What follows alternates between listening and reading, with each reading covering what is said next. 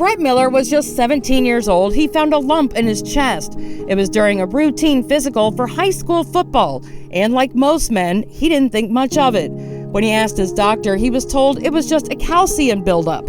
He, nor his doctor, suspected breast cancer. Being a male, there was just not a lot of information and awareness for men. But as the years went on, Bret began experiencing strange symptoms.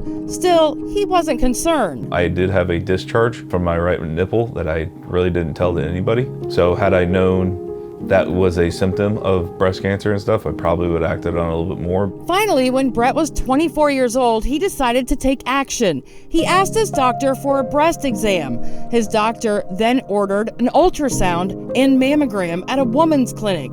The diagnosis came in. Bret had breast cancer.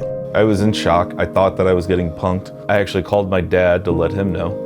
And I said, hey, please don't tell Mom. But 5 minutes later, Bret's mom, Peggy, was calling, and the next day they were back in the doctor's office looking for answers.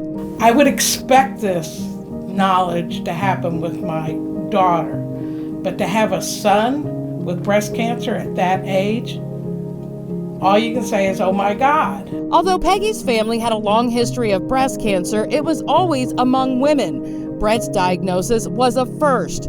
He became the youngest man ever diagnosed with breast cancer, and doctors feared after 7 years the cancer had likely spread throughout his body. Peggy shared the news with her great aunt, a nun, who was visiting the Pope at the time. Upon hearing the news, she asked the Pope to pray for Bret.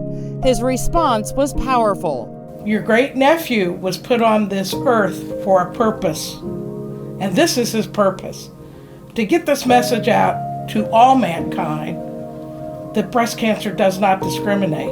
That big?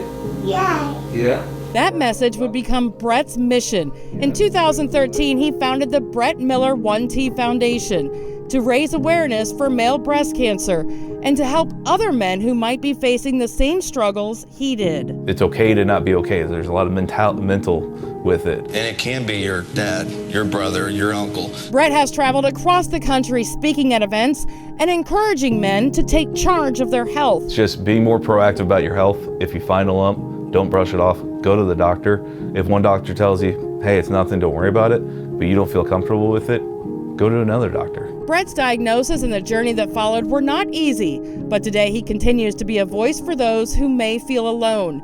It is okay to be diagnosed with breast cancer. Things happen, life happens and stuff. What you do with that is what is going to define you.